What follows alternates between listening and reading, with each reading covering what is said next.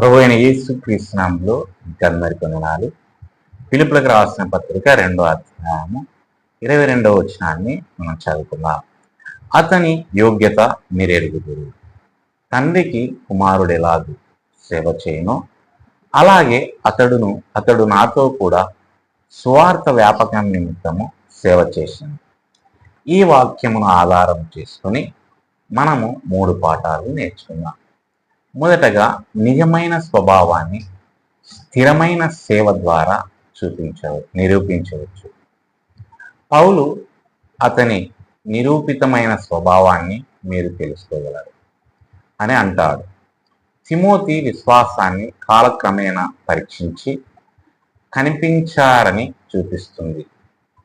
నిజమైన క్రైస్తవ స్వభావాన్ని ఒకప్పుడు చేసే పనులు కాదు, స్థిరమైన వినయపూర్వకమైన విధేయతతో కూడిన జీవితం అని చూపిస్తుంది. విశ్వాసం పెరుగుతుంది మరియు పరిచర్యలో నిజమైన అనుభవాల ద్వారా వెల్లడవుతుంది. రెండవది, క్రైస్తవ పెరుగుదలలో ఆధ్యాత్మిక మార్గదర్శకత్వం చాలా అవసరం. పౌలు తిమోతితో తన సంబంధాన్ని తండ్రి మరియు కొడుకుతో పోల్చాడు. ఇది శిష్యరికం యొక్క ప్రాముఖ్యతను చూపిస్తుంది. ఆధ్యాత్మిక తండ్రులు ఆధ్యాత్మిక పిల్లలకు మార్గనిర్దేశం చేస్తారు.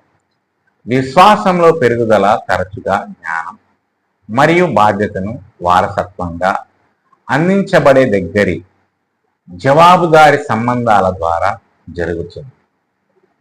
మూడవదిగా, సువార్తలో సేవ చేయడానికి భాగస్వామ్యం మరియు వినయం అవసరం.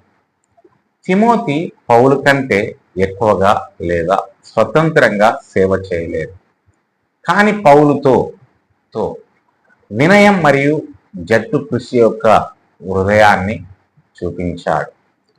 పరిచర్య పోటీ గురించి కాదు, సహకారం గురించి. సువార్త కొరకు ఐక్యతతో కలిసి సేవ చేసే వారిని దేవుడు గౌరవిస్తాడు. దేవుడు ఈ మాటలను దీవించునుగాక. ఆమేన్.